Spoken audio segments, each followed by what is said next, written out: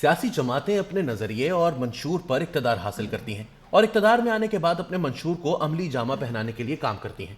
लोग सियासी जमात के नजरिए और मंशूर को ही वोट देते हैं और इक्तदार के बाद अपने नजरिए और मंशूर को अमली जामा पहनाना ही सियासी जमात की अव्वलीन तरजीह होनी भी चाहिए। जो सियासी जमात इक्तदार में आकर अपने नजरिए और मंशूर से हट जाए, इसे दोबारा वोट मांगने का कोई हक नहीं होता। मैं इमरान खान की बातों पर नहीं, इनके अमल पर नजर रखता हूं। मैं देखता हूं कि इनकी गुफ्तगू और अमल आपस में मुताबिकत नहीं रखते तो तनकीद करने पर मजबूर हो जाता हूं। यही उसूल दूसरी सियासी जमातों के लिए भी है।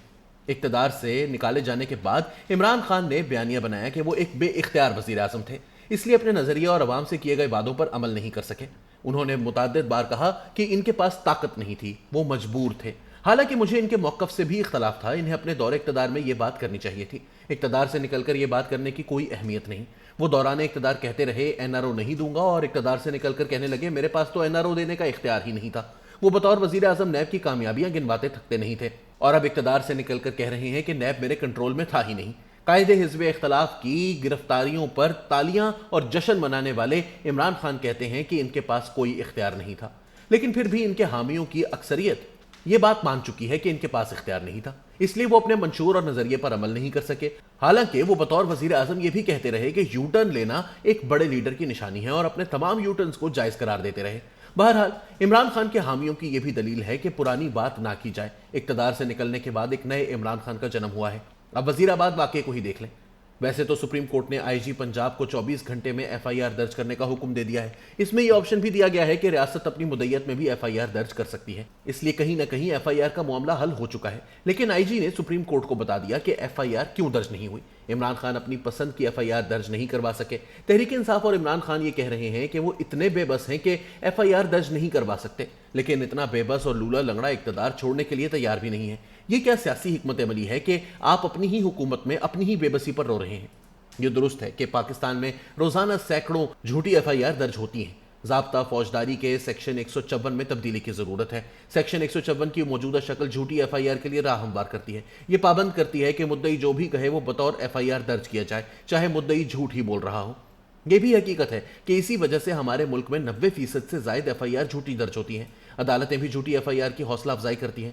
वो ये मौक़िफ़ देती हैं कि अगर झूठी होगी तो खारिज हो जाएगी, तफ्तीश होने दें। पुलिस के ज़ाब्ता में एफआईआर के बाद तफ्तीश होती है, जबकि एफआईए और एंटी करप्शन में पहले तफ्तीश होती है फिर एफआईआर होती है। इसलिए इमरान खान जो एफआईआर दर्ज करवाना चाहते हैं, इसको कानून के मुताबिक नहीं रोका जा सकता। इसलिए इनकी बेबसी और बेइख्तियारी लाजवाब है।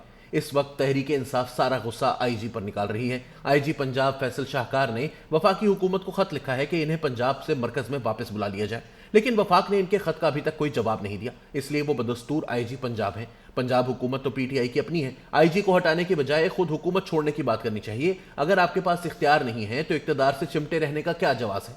जरा ये बता रहे हैं कि हुकूमत के अंदर भी लड़ाई जारी है। बेशक ऊपर से आईजी निशाने पर है, लेकिन अंदर इत्तेहाद में टूट फूट शुरू है। बेशक तहरीक इंसाफ ने अपने लोगों को वजीर आला का नाम लेने से मना कर रखा है, लेकिन ड्राइंग रूम्स में वजीर आला ही निशाने पर है। एजाज चौधरी के बयानात निशाने पर हैं। मामले को दबाने की कोशिश की जा रही है, लेकिन सियासी महफिलों में कहानी सब पर आया है। ताहम इमरान खान हुकूमत छोड़ने के हक में नहीं है। वो हुकूमत में बैठे रहना चाहते हैं। मैं नहीं समझता कि इमरान खान कभी भी हुकूमत पंजाब छोड़ेंगे। वो बेशक खुद एस्टैब्लिशमेंट के खिलाफ बयानियां चला रहे हों, लेकिन परवेज इलाही इन्हें इसलिए कबूल हैं कि वो एस्टैब्लिशमेंट को हैंडल करना जानते हैं। लोग सवाल कर सकते हैं कि अगर चौधरी परवेज इलाही कबूल हैं तो फैसल वावडा क्यों नहीं? वो भी तो एस्टैब्लिशमेंट की ही बात कर रहे थे।